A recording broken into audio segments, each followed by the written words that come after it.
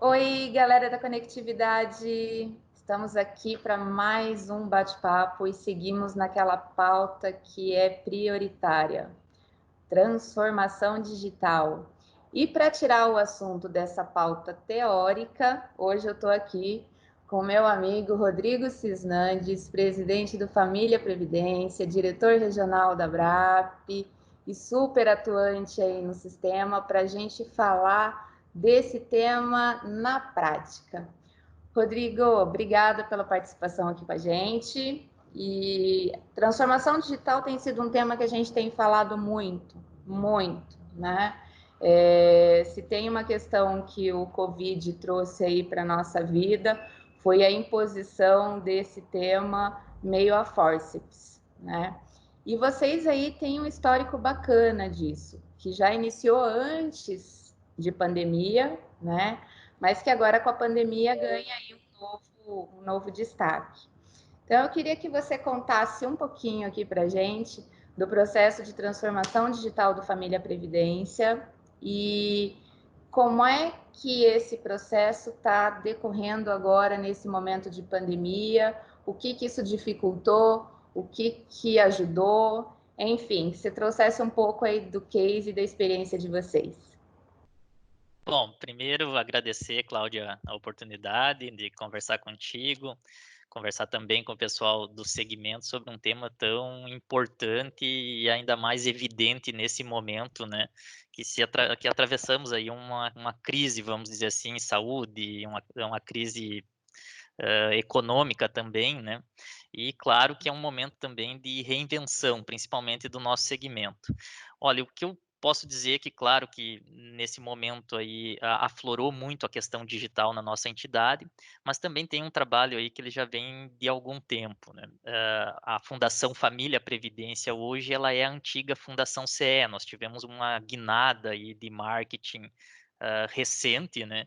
E nós fomos criados em 1980 para uma patrocinadora do setor elétrico aqui do Rio Grande do Sul, depois teve um processo de privatização, a entidade se tornou multipatrocínio, e a partir do momento que se tornou multipatrocínio, se começou a discutir internamente a questão da expansão, a questão do crescimento, por uma razão bastante simples, né?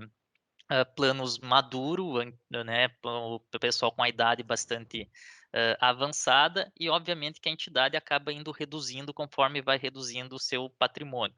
E essa era a nossa realidade de redução patrimonial e redução de participantes até 2015, 2016, por aí, tá? Antes disso, se discutia para se fazer o processo de expansão, criação de novos planos, novos produtos, se trouxe algumas outras patrocinadoras, instituidores, mas talvez acho que a grande guinada nossa, né, foi no sentido de fazer um trabalho aqui interno para primeiro preparar as pessoas, né, para esse trabalho de crescimento, vamos dizer assim. E eu costumo dizer que normalmente a gente só consegue fazer com que as questões avance e prospere se a gente entender primeiro a realidade em que se encontra, né? Nós éramos uma entidade, não diferente de muitas no segmento, que foram reduzindo conforme foi reduzindo o seu número de participantes. Nós chegamos a ter 300 funcionários, por exemplo, a entidade, né? E com o tempo nós chegamos a casa dos 70 funcionários. Então, o que que acontecia? Cada gestão ia empurrando até onde dava e dali a pouco tinha que fazer um ajuste abrupto, vamos dizer assim, demissão de 24, 25 colaboradores, enfim, toda uma reestruturação, né, para adequar os custos. Então, na verdade, quando chegamos aqui, olhamos o planejamento estratégico e, olha, nós tínhamos dois caminhos. Ou nós vamos colocar mais participantes e recursos para dentro da entidade, né, e fazer e reverter essa curva, vamos dizer assim, ou nós vamos aceitar essa curva, e não teria nada de errado, e estabelecer, olha, nossa entidade vai ir reduzindo conforme for reduzindo seus participantes, e automaticamente ela vai ter uma data pelo cálculo atuarial das tábuas de mortalidade para acabar quando acabar o último participante. Então, o primeiro momento nosso aqui foi fazer uma discussão muito forte com relação a isso. Eu pedi um cálculo atuarial de quando que nós iríamos acabar, tá? E aí o pessoal internamente aqui até apelidou o gráfico da morte, né? Porque eu apresentava isso para todas as reuniões dos colaboradores e dizia, olha, pela projeção aqui, em tal tempo nós vamos estar 70% menor do que hoje, em tal tempo 60, 50, 30, né? Então nós precisamos definir qual é o nosso planejamento estratégico. Se é aceitar a curva da morte, tranquilo, vamos nos projetar para isso, né? Para não ter nenhuma surpresa no caminho, ou nós vamos trabalhar para realmente reverter isso. Então já se tinha um trabalho aqui, tinha uma área de expansão montada na época, mas a percepção, né, com relação à interna aqui, e eu conversava muito com os colaboradores aqui, eu percebia que existia no papel, mas na prática não se tinha uma vontade interna de realmente fazer, né? Então, acho que o grande diferencial, por mais que a gente fale em tecnologia, em informação, novas ferramentas, enfim, inovação, mas isso não é possível se as pessoas não estiverem de acordo e não trabalharem para que isso aconteça, tá? Então, a grande sacada tecnológica talvez foi, olha, nós precisamos mudar o pensamento interno aqui. Se nós não convencer as pessoas que nós precisamos fazer isso, não vai adiantar lançar qualquer ferramenta digital, qualquer trabalho, nada disso. Então, o primeiro momento foi de conversar com cada um, sentar todo mundo, mostrar a realidade, fazer a pessoa entender o tamanho da doença que nós tínhamos para ir buscar a cura. Eu sempre digo, ninguém toma o remédio sem saber antes o diagnóstico. Então, nós precisávamos diagnosticar. E nós batemos muito tempo no diagnóstico aqui, para as pessoas entenderem assim, olha, tem muitos funcionários jovens aqui, é uma empresa que, né, oferecem oportunidade de emprego, né, então muitos vão ter o maior orgulho em poder não ter a sua vaga extinta, né, ó, se aposentar, sair, botar alguém no lugar. Então nós precisamos ter essa conscientização interna de se fazer esse trabalho. E aí nós passamos a atuar diretamente com a questão de pessoas, veio da reestruturação das áreas, aí criamos, né, porque se o teu planejamento estratégico, que foi o caso daí definido, que era aumentar a participação no mercado, e aí estabelecemos um gráfico contrário ao gráfico da morte. O gráfico da morte estava dado, era a projeção do fluxo de desembolso de pagamento. Olha, nós precisamos fazer o gráfico que nós vamos perseguir, que é a inversão dessa curva, e nós precisamos saber exatamente quantas pessoas nós precisamos colocar todo ano na entidade e também o ticket médio, né, a quantidade de recurso que nós precisamos colocar. E daí nós estabelecemos um contragráfico, vamos dizer assim, que seria o gráfico da vida a ser perseguido. E ele deu no primeiro momento alguns números um pouco alto, né? Porque algo que também não era comum. Aí, tipo, a primeira meta nossa, olha, nós precisamos botar 1.000 participantes na entidade nesse ano, com um ticket médio de pelo menos R$ 300. Então era assustador falar nisso naquele momento, porque a gente vinha perdendo participantes, perdendo patrimônio, né? Nosso patrimônio estava na casa dos 5 bi naquela época, tá? E aí, eu disse, olha, mas se nós não correr atrás, e aí foi feito um trabalho muito forte interno, e acabamos naquele primeiro ano atingindo a meta dos 1.000 novos participantes, né? Então acabou dando um ânimo, linkamos, criamos uma gerência comercial e marketing, fizemos toda uma estruturação, estruturamos o nosso plano, porque a gente tinha muita dificuldade com o produto, né? Então nós estava discutindo criar um plano padrão, né? E esse plano padrão tem que aprovar o regulamento, estudo de viabilidade, uma série de questões. Aí, numa reunião do comitê de expansão que nós montamos na época para discutir isso, nós, olha, mas por que em vez de criar, nós não pegamos um plano que nós temos aqui, transformamos ele, adaptamos, trocamos nome, trocamos tudo e vamos fazer com eles. Aí nós tínhamos um plano aqui que era de uma associação de funcionários, que era um plano instituído, com poucos participantes. Fizemos toda a transformação dele e a partir dali começamos a ofertar aquele plano que era para os familiares. Nós criamos a modalidade aqui para ingresso dos familiares através da TIE Previdência, que é a Associação dos Fundos de Pensão aqui do Rio Grande do Sul. Nós criamos, que foi o mesmo modelo que depois a Abrap acabou colocando também para todo o país, né? Basta um convênio de adesão com a Abrap, os familiares acabam podendo acessar os planos. Então, nós fizemos isso aqui na época e aí começamos o trabalho de venda e automaticamente a questão também digital, né? Criamos um aplicativo na época, nós já tínhamos o autoatendimento no site, transferimos tudo para dentro do aplicativo, e aí sempre trabalhando muito a questão pessoas, tá? Reestruturamos a área, trocar nome da empresa, enfim. Então veio uma série de mudanças, vamos dizer assim, nesses últimos tempos aí. Então, Rodrigo, eu sempre costumo falar que, assim, normalmente quando a gente entra no tema de transformação digital, a primeira leitura que a maioria faz é simplesmente um processo de automação, né? E o conceito de transformação digital é mais amplo do que isso, né? E ele começa pela mudança de mindset, que é isso que você relatou agora, assim, é pensar diferente, é pensar mais leve, é pensar mais simples, para depois você conseguir fazer a implementação, sim, de automação, que é importante, né? E você entrou aí, começou a entrar no ponto do autoatendimento e dos aplicativos, e esse é um ponto bastante interessante, porque a automação traz aí uma vantagem, e hoje a gente enxerga como necessidade, né? A gente está no ambiente de taxa de juros baixíssima, né? Já é um desafio rentabilizar a carteira de investimentos com esse nível de taxa de juros, e aí o contraponto é um outro desafio, que é otimizar a gestão operacional para você maximizar resultado e reduzir teu custeio administrativo, né? É a dinâmica do fazer mais e melhor e com menos, né? Que hoje virou nosso lema. Toda manhã a gente acorda com essa questão: fazer mais e melhor e com menos. E Esse é o aí, sonho, né? De sempre não buscar é? isso, né? É o desafio de toda manhã, né?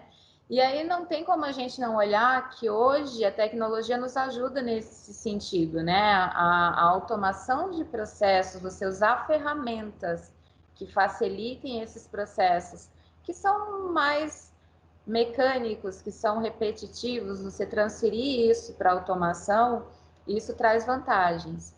E aí vocês começaram já, vocês trabalharam, começaram, foram relativamente precursores nesse processo aí, enquanto muita entidade hoje está olhando isso como um desafio a ser enfrentado, hoje vocês já estão vivendo, colhendo aí os primeiros frutos desse processo, né? Então, uma área de autoatendimento, o aplicativo, vocês lançaram um novo aplicativo agora nesse mês de maio. Eu queria que você falasse um pouquinho sobre esses canais, principalmente de relacionamento com o participante, né? Porque quando você fala, e o planejamento de vocês era audacioso, né? Assim, aumentar 1.000 vidas no primeiro ano, isso é coisa pra caramba, né? E quando você traz 1.000 vidas, não necessariamente você consegue aumentar a tua equipe na mesma proporção, né? E aí esses canais, essas ferramentas ajudam, elas são fundamentais nesse processo de expansão, né? E aí, se você puder compartilhar um pouquinho sobre essa É, experiência. na verdade, nós não aumentamos quadro de pessoal, tá? Nós estabelecemos a meta de 1.000, depois nós dobramos para o ano seguinte para entrar 2.000 participantes, e agora esse ano a nossa meta é 2.500, tá? Então, na verdade, o que que aconteceu? Nós automatizamos, modificamos o processo, as formas de fazer, e acabou que também o resultado positivo disso é que quando coloca mais pessoas nos planos e mais recurso, né, nós tivemos uma campanha muito forte por aportes, portabilidade, também no estudo de custeio, tu divide por mais pessoas e nos permitiu até redução de taxas aqui de outros planos mais antigos, né, da entidade. Então acaba o ganho de escala ele sendo favorável para todo mundo, né? E daí, claro que junto a isso, além de muito treinamento interno, engajamento, também nós fomos disponibilizando ferramentas digitais, né? Seja para adesão automática, seja a questão do aplicativo. E uma questão muito forte que nós enfrentávamos muito aqui é que o participante não iria aceitar isso, né? Tipo, olha, nosso participante realmente né, tem um público de mais idade. Hoje nós temos público do 0 ao 100 praticamente, né? Tem o netinho que nasce, o vô vem aqui, abre um plano, começa a fazer a poupança previdenciária para ele, né? Então isso é bastante comum. Então, claro que nós temos um público bastante heterogêneo. E o nosso aplicativo, nós temos hoje em torno de 18.000 participantes, né? E o nosso aplicativo hoje já tem aí em torno de 5.200, 5.300 usuários, tá?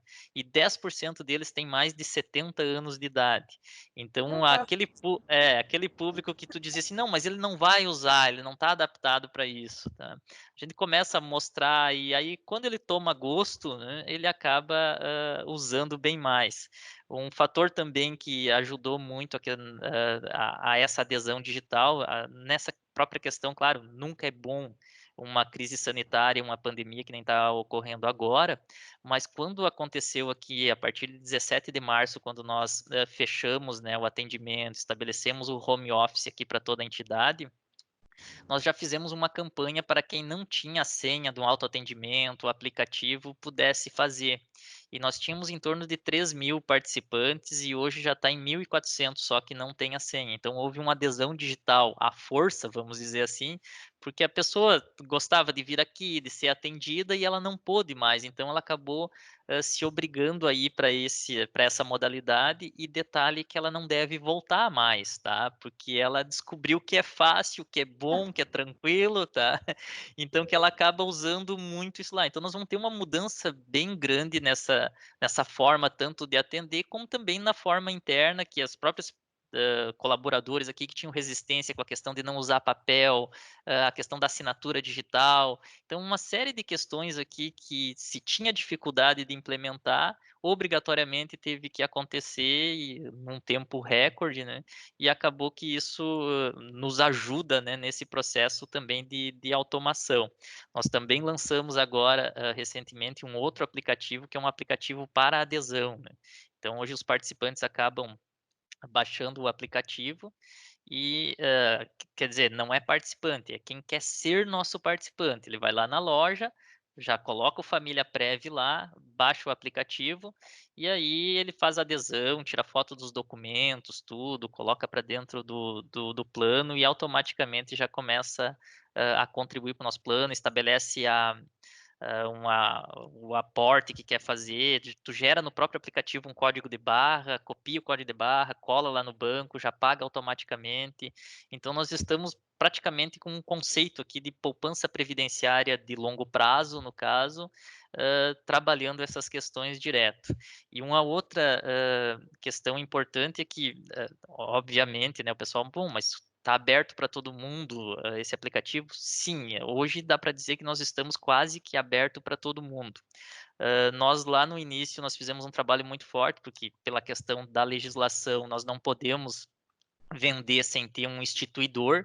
Então nós fizemos uma campanha muito forte para adesão de novos instituidores, tá? Que era para poder ampliar o nosso leque, porque no primeiro ano nós vendemos o plano, bem dizer, só para os familiares dos atuais participantes. Então nós acabamos procurando todas as entidades aqui no Rio Grande do Sul, sindicatos, associações, e fazendo convênio de adesão. Por exemplo, nós temos aqui convênio de adesão com a ABRH, que é a Associação de Recursos Humanos aqui do Rio Grande do Sul, tem 1.300 empresas associadas. Essas empresas acabam tendo vínculo indireto, podendo acessar o nosso plano. Nós temos o Sindicato dos Restaurantes, dos Hotéis, tem plano com nós. Nós tivemos também o Sindicato dos Auditores do Tribunal de Contas aqui, que nos auditam, né? O Tribunal de Contas, em razão das patrocinadoras públicas. O Sindicato dos Auditores também tem convênio com nós. Aí entrou o auditor sócio no plano, ele já coloca os familiares.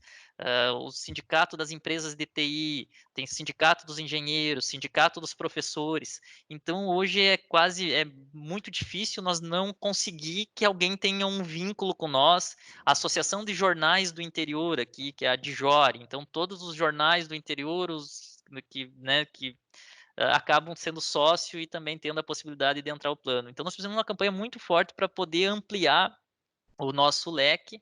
E o mais legal disso é que nós, focado nisso, tá? Um belo dia nós resolvemos fazer um estudo da massa de participantes nosso para ver. Hoje nós temos aqui 9.200 aposentados e pensionistas, um salário médio aí de R$ 5.500.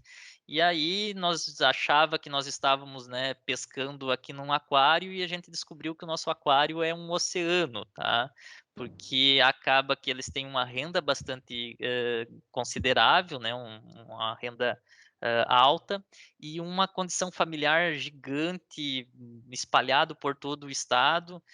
Então nós estamos fazendo um trabalho agora muito forte para busca de portabilidades e aporte esse ano desse público, tá? E para ter uma ideia, a portabilidade externa, que a gente chama aqui, que é quando ele tira o PGBL do banco e traz aqui para nós, as desse ano já superaram todo o ano passado em aporte de recurso. Então, nós temos muito ainda o que avançar, né, no próprio público interno nosso, mostrando, claro, para eles o quanto é importante, porque nós temos um produto muito bom, na verdade, tá? E isso eu dizia lá no início, nós não podemos ter um produto desse com alto valor social agregado, sem fins lucrativos, com uma rentabilidade fantástica, uma entrega tão grande dessa, é impossível que nós não consigamos vender isso, tá? Alguma coisa está errado e é com nós, então não dá para aceitar, tá? Tem pessoas aí vendendo de tudo aí fora, tá? E nós temos um produto fantástico e nós não vendemos. Aí isso tudo, claro, deu um salto grande aí dos nossos participantes, né? Batemos aí marca recorde, mais de 18 mil. Nosso patrimônio saiu da casa dos 5 para a casa dos 7 bi. Então tivemos acréscimos grandes aí e isso também nos permitiu também ir investindo mais, porque tu acaba tendo que convencer muita gente no entorno, né? São 3 patrocinadoras que indicam pessoas para governança. Então logo no início tudo que a gente discutia no comitê de expansão, vamos fazer, sempre um dizia assim: "Ah, mas o conselho não vai aprovar". Ah, mas Não, no sempre foi assim. no passado se tentou fazer isso, e o conselho não aprovou. E aí eu costumava dizer para o pessoal: "Me desculpa, mas se não aprovar é porque não souberam encaminhar". Eu jogava sempre a culpa em nós, tá. Eu dizia: "Não souberam explicar direito", tá. Então, teve que ter um convencimento interno muito forte, tá, para aí poder principalmente a questão de trocar o nome, imagina, nós carregávamos o nome da patrocinadora principal, então foi algo muito polêmico, tá. Então o pessoal, ainda mais a patrocinadora passando por processo de privatização, então tivemos que fazer um trabalho de convencimento, reunião no interior, botar todos os participantes, explicar. Então foi um trabalho, assim, longo, tá, nos últimos 3, 4 anos para cá, mas nos permitiu agora, no momento que acontece a pandemia, nós em 72 horas, nós estávamos com toda a empresa funcionando, de casa, eu tenho vindo na empresa, eu brinco que eu estou isolado na empresa, acabo só eu vindo aqui trabalhar, né. Mas eu disco qualquer ramal aqui, a pessoa vai me atender no telefone da casa dela, tudo digital, funcionando. Então acabou que nos facilitou e é algo que veio para ficar. Eu já tenho dito para o pessoal aqui, que no mínimo, né, nós passou tudo, acabou a pandemia, mas pelo menos 30% do nosso pessoal, vai ter a opção de trabalhar home office permanentemente. Eu já estou com a ideia aqui de nós, porque inovar também não é só a questão de tecnologia digital e tal, tem várias outras questões, interessantes de fazer. Nós temos um público de idade que tem tempo, né, são aposentados, e eles gostam muito de vir aqui, tá, e eles são clientes importantes e mais do que isso, eles são quem mais vende para nós hoje, porque eles falam bem de nós, né. Então agora a ideia é, tipo, 30% dos nossos colaboradores devem ficar em casa, vai sobrar espaço físico aqui na sede da entidade. Eu quero pegar um dos andares aqui e criar um espaço de convivência. Eu nem sei ainda como que vai ser isso, mas para ter ali uma mesa para jogarem baralho, se encontrarem, foram colegas às vezes de serviço e faz 20 anos que, né, que eles não têm contato uns com os outros, poder vir para cá, poder trazer os netos, trazer todo mundo para o plano, porque o produto que nós temos é algo extremamente necessário para as pessoas e às vezes eu digo às vezes parece que nós somos egoístas, né? Que a gente não quer compartilhar isso, ou pelo menos parecia antes isso. Olha, eu tenho, é meu, é bom, tá?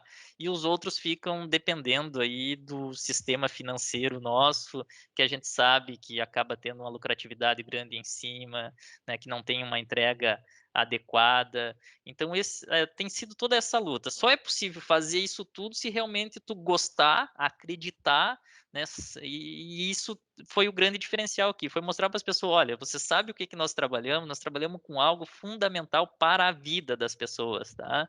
Então isso é quase que uma missão nossa, trazer o maior número de pessoas possível, para, dentro da nossa entidade, para poder desfrutar disso aqui que nós e muitos outros já desfrutam, né. Sensacional, Rodrigo, sensacional. E assim, para a gente encerrar, aqui tem, nossa, dava para a gente fazer um dia de bate-papo que ia sair tanta coisa, a gente ia poder abordar vários temas, marketing, expansão, enfim, abordagem de novas gerações. Aqui, acho que eu vou te chamar outras vezes aqui para a gente conversar, porque aqui tem celeiro de conteúdo para a gente trabalhar. Mas, assim, para a gente encerrar essa temática de hoje, que é transformação digital, eu queria que você finalizasse, assim, vocês têm um nível... Nosso sistema é muito heterogêneo em vários aspectos, né? E isso também é real em relação ao nível de maturidade de transformação digital. Vocês já estão com nível de maturidade um pouco maior, né? Por tudo que vocês já fizeram, empréstimo online, isso nesse período foi fundamental. O empréstimo, assim, a gente tem visto e já fizemos outras conversas nesse sentido, além de atender as famílias, porque todo mundo tem algum familiar que está sofrendo nesse momento, né? Principalmente quem é autônomo, quem tem, enfim, o empréstimo ele é uma fonte ali para prestar um auxílio, né? É uma carteira de investimentos relevante para a entidade, porque ela traz uma rentabilidade e livre de volatilidade, né? Então, é um instrumento e as pessoas conseguirem, nesse momento de isolamento, ter acesso a esse recurso online, fácil, isso é fundamental, isso fez uma diferença, a gente viu em algumas situações uma diferença tremenda. E acabou atuando como um fidelizador, né? Quem tem plano instituído, né, que eventualmente teve perda e que precisou fazer frente, precisou estar seguro ali, ele viu na carteira de empréstimo opção para não resgatar o plano e para passar esse soluço, esse solavanco aí que a gente está. Arranhado todo mundo vai sair de um jeito ou de outro, mas felizmente quem tem esse tipo de proteção encara um processo como esse com mais tranquilidade, né?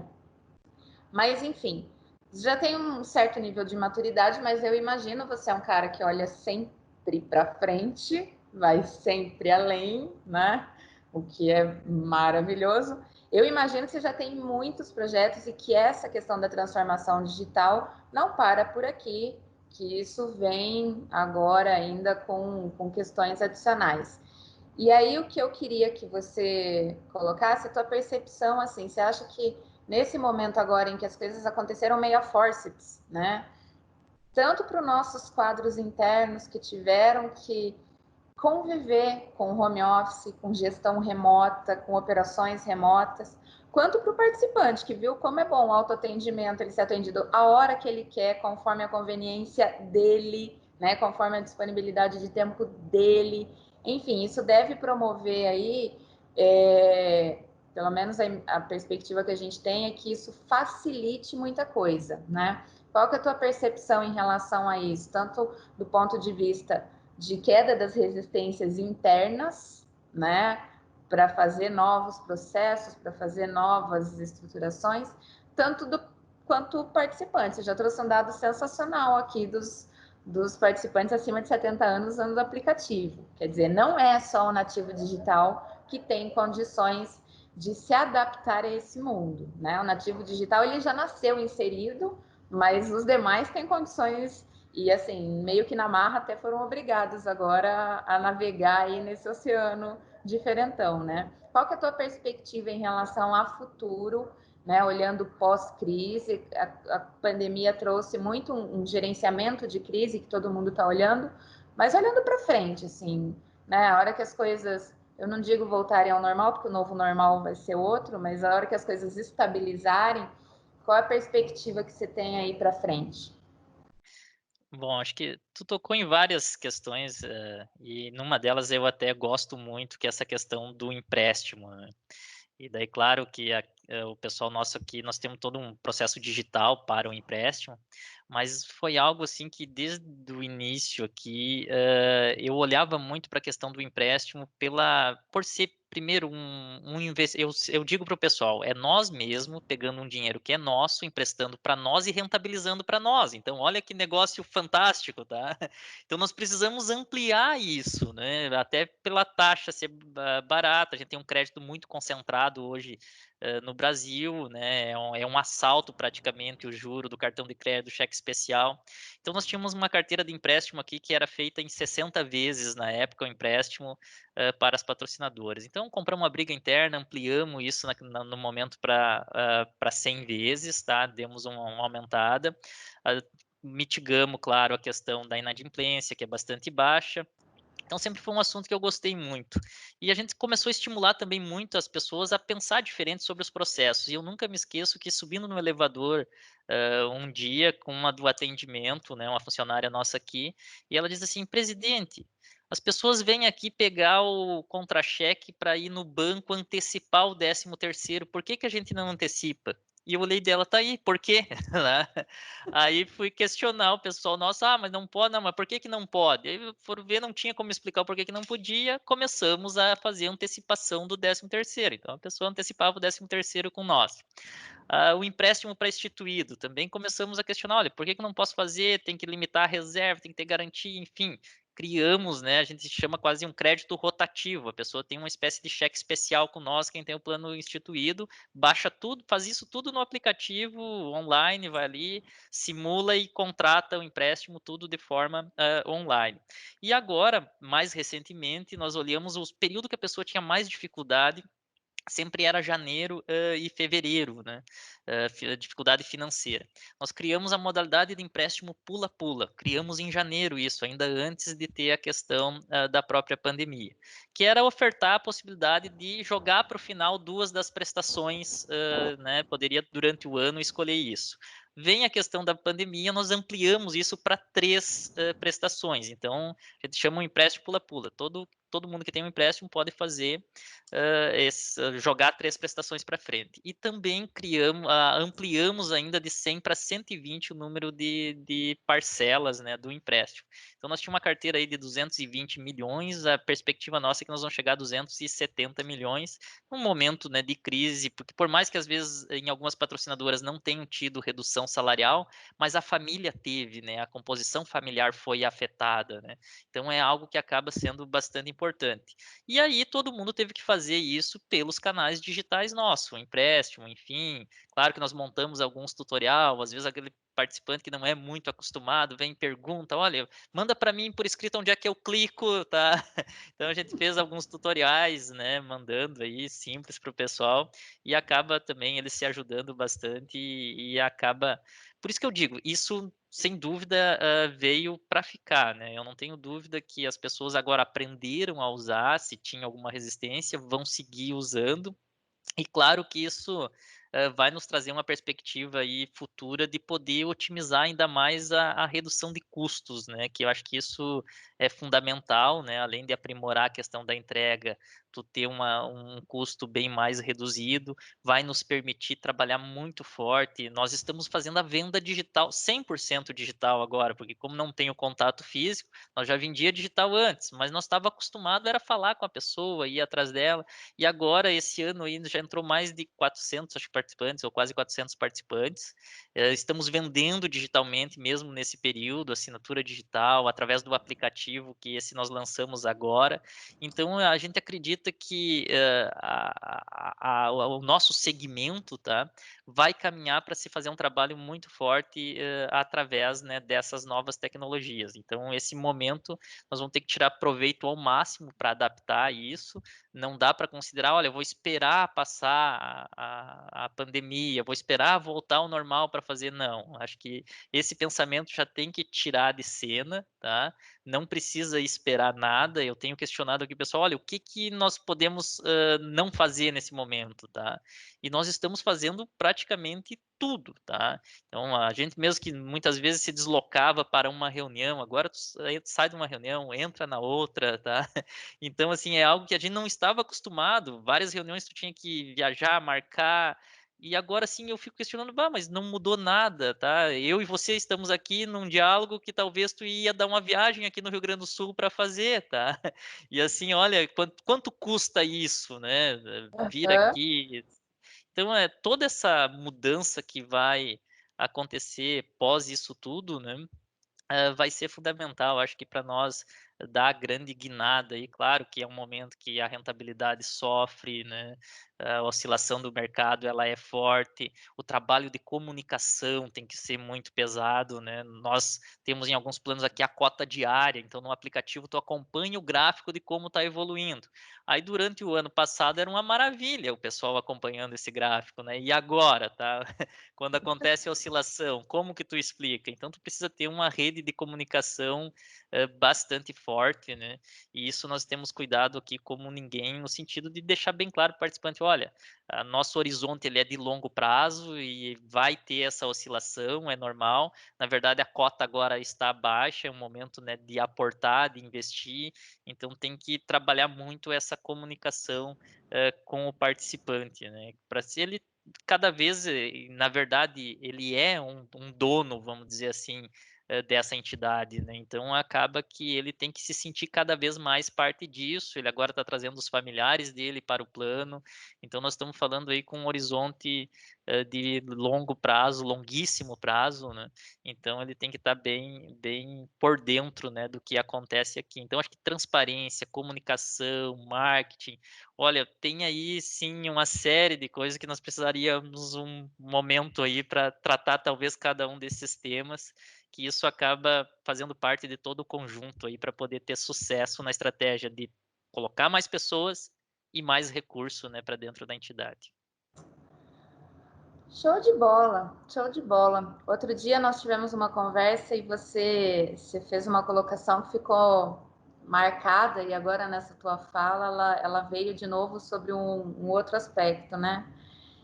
Num primeiro momento, eu acho que assim, o que essa crise está trazendo de positivo, apesar de todo o drama, né, social e econômico que veio aí com ela, é que a gente está desconstruindo certos conceitos, né?